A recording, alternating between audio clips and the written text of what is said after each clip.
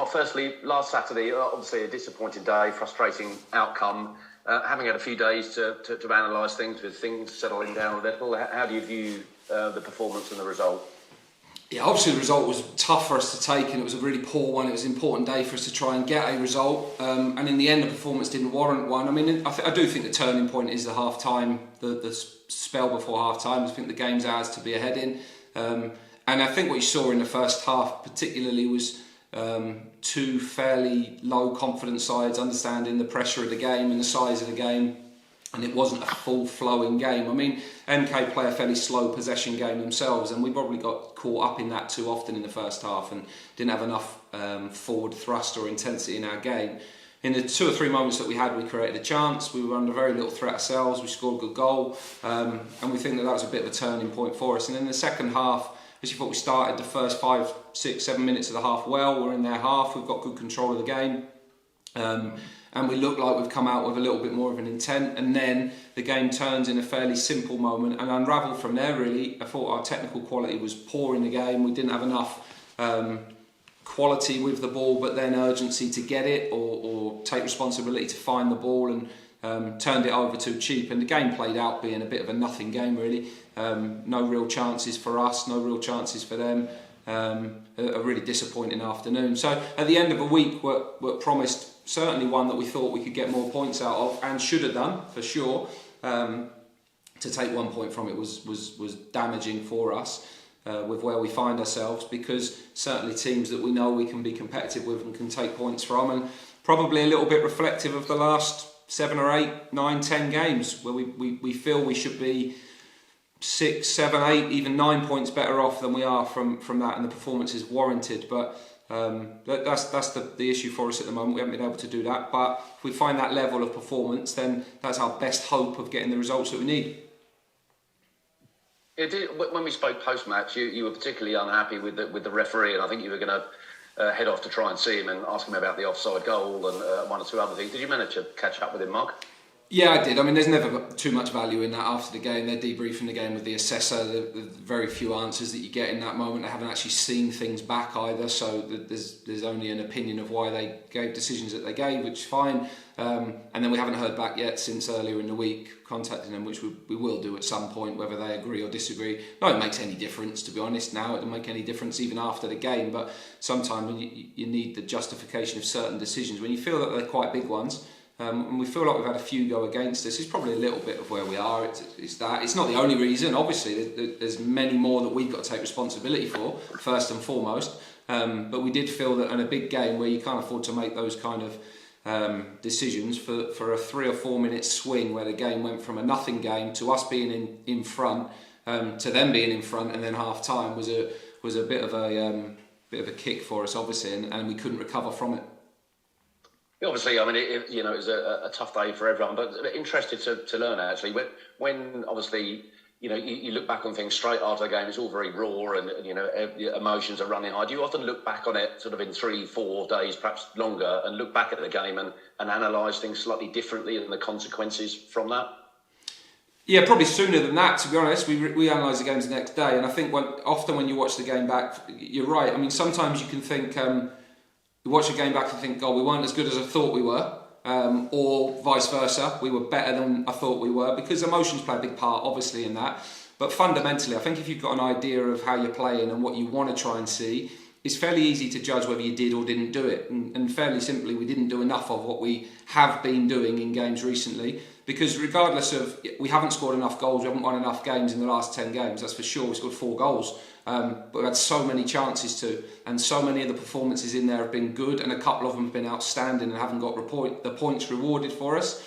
And the process that we followed in a lot of those games has been exactly what we set out to do. And we didn't do that at the weekend well enough, so therefore you get a real good idea of why you haven't won the game. The emotion after a game is quite often a decision that we feel has cost us, and then afterwards when you let that feeling subside and you watch the game back, there's more to the game than that. Of course, we've still got plenty of time to recover ourselves in that moment, but I think what's fundamental to that game is goal 1 was always going to be important. It has been too often for us in games, because we haven't found that A little bit is belief and confidence to come back from certain positions and to find that we can still be in games, and we've got to find it. We've got 10 games to do that. So our reflections a day or two later weren't too dissimilar to what they were after the game. But obviously what I say to you and what I say to the players are quite often not going to be the same thing. Makes life a little tougher, as you say, heading into those final 10 games. And I guess it's all about positivity, Mark, and making sure that everyone stays focused. Do you feel as as head coach you carry a little bit more of a burden in terms of trying to impress that on the players, in terms of psychologically staying as positive as possible? Yeah, of course you do, but you can't happy clap either. If you're not very happy with something, you can't pretend to be. So it's simple as that. But no one cares whether you're under pressure or not, really. No one cares whether you carry the extra burden. That's just the job. You can't complain about that. That's just the way it goes. And we get all the plaudits when things have gone well. And over the course of 3 years, we've had some really good spells. And this year's obviously been really, really difficult for us. And our consistent inability to kill games off and to win games when they've been close and to score more goals than we have is obviously our Achilles heel, and that's what we've got to try to overcome. I think the promising thing is, and this is the reality of it, there's 10 games to go and it's still on. One win and the results swinging your way and everyone will believe everything's possible again. So it can swing from one week to the next, but the key is us getting that result, and we've got to find a level of performance like the Morecambe game, but we've got to then profit from the chances that we create, otherwise we can't win the game. That's obvious, and that's what we've got to concentrate on, because we've got 10 games to do that, and we've got to make sure we fight for every ball and every opportunity to turn the results around. And in the end, regardless of what the coach says, regardless of what you set the team up like, regardless of how positive I am with the players or not, every single one of us has to take responsibility for our own performance and do your job properly and do what you're asked to do and deliver a performance in line with what we've said. And most importantly, not hide from the challenge. That's what we've got to do. That's all of our responsibility now in the remaining games, and if we do that, we'll give ourselves a better chance of surviving in the league. Yeah, well, I mean, you talk about that fight. Do you look to some of your obviously your other coaches? That goes without saying, but some of the senior players within the squad to act as a little bit of a conduit sometimes to make sure that that positive message is fed down to some of the younger players who might not have experienced a relegation battle or some adversity before. Well, maybe, but we've all experienced some adversity because we're bang in the middle of it. I think you can, you certainly want your senior players to carry that and to pass that on and to try to live that, but they've got to concentrate on getting their own game right as well. And it's too easy a cop-out for everyone to say we need the senior ones to help us. Everyone's got to do it. When you put the shirt on, you've got a job to do. And it's too easy to say I haven't had this opportunity before, or haven't been tested before, or I need someone to help me. You've got to help yourself massively. You've got to work at a level that you're capable of. You can't take all the plaudits when you're going well. You can't think good of yourself. You can't think you're better than us and then not deliver performances. You can think all those things if you bang on for us. Other than that, no one's going to feel sorry for anyone in this situation, and we certainly can't feel sorry for each other or ourselves. So yes, I carry the can to set the mood. Yes, the senior players have experience and you want them to benefit that, but in the end, if you want to, you can find a hiding place in this situation, but whether it's to be successful here or somewhere else in the future, the reality is you can't hide when it gets like this. So it's up to everybody to step up and do the job properly. Yeah, obviously wins have been difficult to come by of late, Mark, and obviously last weekend was particularly disappointing. So it's 3 wins in 26 now, and that's the start statistic. And obviously yourself and the coaching staff, will want to share in the responsibility of that. What are you targeting anything specifically in the last 10 games to perhaps try and get a few more goals and a few more wins out of the side, whether it be on the training ground or in a match day situation at all? Not specifically, no. I mean, if you look at a number of the games that we've had recently, we can't play much better and create many more chances than the number of games we have. So, simple thing is we've got to do that and then turn those moments into winning moments for us. That's it. That's the only way we'll breathe confidence into us. It's the only way players will start looking like themselves and being at their best level. So that's it, really. It's as simple as that. I mean, we've had so many conversations, so many training sessions, so many talking moments. We've just got to do it. It's as simple as that. And we either will or we won't. We either will score the goals and we will win the games, or we won't. But there's never been a lack of focus, intensity, work, training, planning, preparation for games throughout the whole season. But clearly our run of games, the reason we are where we are isn't because of the last 6 games, or it's been the majority of the season. You say wins have been hard to come by. They've been hard to come by since September. So it's as simple as that. You can't hide from that. But we are where we deserve to be. Simple as that. Whether we feel like we've won games or could have won more games, we haven't done that yet. So unless we do that, we'll end up where we deserve to be. And there can be a whole host of contributing factors as to why.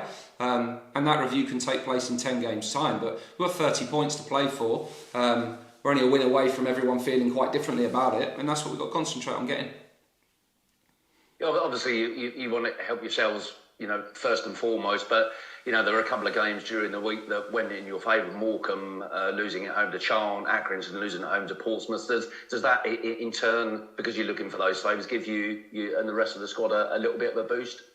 Yeah, it should do, because it just means it breeds belief that it's still open. Like, those results matter. Ours haven't been good enough, so we need other teams to win as well as us. But fundamentally, first of all, we have to win. So we know that. We've got to concentrate on that. But we'll need other teams to drop points as well. So the midweek results went well for us. And you look at the league table and you think, right, it's on. It is on. It's 10 games on. And if we can turn in a result, then that's what we need to try and do. Now, people will say, well, we haven't done that so far. Well, no, that's obvious. But what's the point of giving up on it?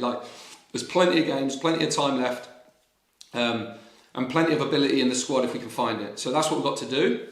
And all the moments or hinge points in the season where things have certainly turned in different ways, or decisions that have been made, they're not for reviewing now, really. We've just got to concentrate on get the players on the pitch in the best shape we can, deliver the best performances we can, try and get some results quickly. And then who knows? But we want to try and take it to the wire. We want to try and make sure we're fighting in it as best we can and give ourselves the best chance of staying in the league. In terms of Charlton, obviously, as we mentioned, they won up at Morecambe on Tuesday. There's a chance yourself or some of the other coaching staff might have been there for that game. And they've had a disappointing season by their own standards, and they've been inconsistent, and they'll be buoyed by, obviously, the first win in 6, but them being mid-table and having that level of inconsistency, does it make it difficult to an extent to know what you're going to expect from them on Saturday, Mark? Yeah, probably. They've changed the team quite a bit. They changed quite a bit on Tuesday from the previous Saturday, made a lot of changes in games or between games and played a few shapes. So, yeah, there is a little bit of... what it enables us to do is not get bogged down by them in the next few days and just concentrate on ourselves. Because we know if we find our best level, we can be competitive with anybody. We've seen it enough times. Seen it against so many teams in the last, even in the 10-game run that we're talking about. We've seen some really good performances in there. So it's finding that level really, first of all, and not being too bogged down by them. They did have a good result. They did play well at Morecambe on Tuesday.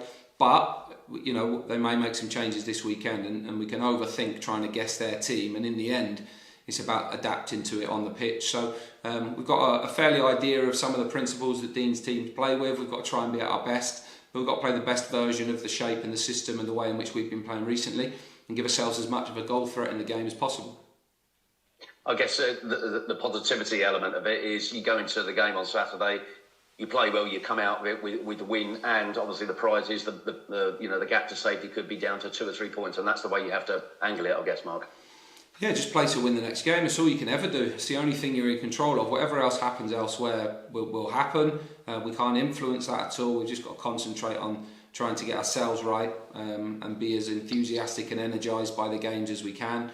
And if we can get a good result, then see where that takes us. But the fundamental thing is concentrate on getting that first. Harvey was back in the squad last Saturday, Mark, and although he wasn't able to make the impact that he wanted off the bench at MK Dons, how important is he going to be for the running during those final 10 games? And would you consider perhaps Saturday or in another game playing him a little higher and perhaps taking the pressure off of Joe Ironside and Sam Smith a little? Yeah, hopefully that is definitely something we'll look at, and hopefully he can have a big part to play in the 10 games. I think we've really missed him in the run of games that we've talked about, scoring 4 goals. We went into that period with George Thomas, Harvey Nibbs and Fajiri Akunabiri to add to that and allow us those opportunities, but we haven't had the opportunity to do that. So we certainly lost a lot of goal threat and quality in that run of games, which has cost us. But now he's back, hopefully he can keep himself fit and be really influential as he has been at times throughout the season and score 1 or 2 goals to help us. Elsewhere in the squad, Mark, any concerns off the back of last Saturday's game, anyone fresh into the squad again? And how's Harrison Dunk doing in terms of his progression? Yeah, Dunks has had a 4 weeks training. Nibsy's had a 4 weeks training, which is good. Liam O'Neill, Steve Seddon and George Williams have been ill, so we don't know where they're going to be. Conor McGrandles can't play because he's obviously on loan from Charlton, so we've got a few changes to make and a few things to keep an eye on over the next few days as to whether those boys that have been sick are going to be able to play a part or not. And obviously Conor not being available will be a disappointment for you. But with the squad being a little fresher in terms of some of the players coming back, you'll be able to fill those positions okay? Yeah, we've got Nibsy, we've got Ben Warman. We're going to get Lewis Simper back from Woking as well, so he'll be back in with us this morning. He's not really played so much there, so he can come and train with us, work with us, try and get into our team and finish the season with a real good training programme and maybe get some minutes in the games. That gives us another option in there. And yeah, we'll just see how we play out in the next couple of days as to who's fit and available. Obviously, Conor, we knew that was always going to be the case when we played against these. But so hopefully we can find a team that finds a solution. Cheers, Mark. That's all from me.